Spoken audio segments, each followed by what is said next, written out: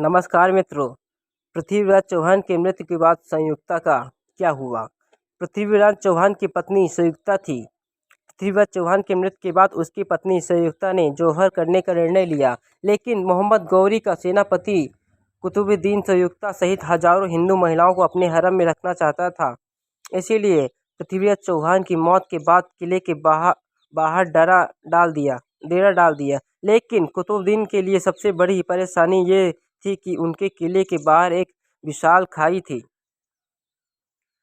इस किले की दीवार को लांघना और तोड़ना शत्रु के लिए असंभव था। इसीलिए कुतुबुद्दीन काफ़ी निराश हो गया। फिर उसने संयुक्ता का हरण करके ही वापस जाने का फैसला लिया और अपने सैनिकों को आदेश दिया कि जितने भी हिंदू नागरिक गुलाम के रूप में गिरफ्तार किए गए हैं, उनकी लाशों से ये खाई भर दो।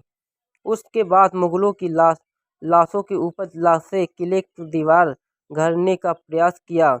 जब खाई लाशों से भर गई तो उन्हें लाशों पर हथियार को चढ़ा दिया गया और हथियारों ने किले का दरवाज़ा तोड़ने का प्रयास किया, लेकिन दरवाजे पर भारी फाटक लगे थे जो हाथियों से भी नहीं टूट रहे थे। हर तरफ से निराशा लगने के अंत बाद में किले के सामने जयचंद के पुत्र धीरचंद को खड़ा कर दिया गया। धीरचंद के शरीर में हाथियों ने टक्कर मारी तो वो दुर्ग से चिपक गया और किले का फाटक भी टूट गया। लेकिन जब तक महारानी संयुक्ता रानी प्रथम और हजारों हिंदू वीरांगनाओं ने अपने अपने पतियों के साथ लिए जौहर किया, कुतुबुद्दीन जब किले के अंदर पहुंचा तो उसे ठंडी चिता की राख मिली।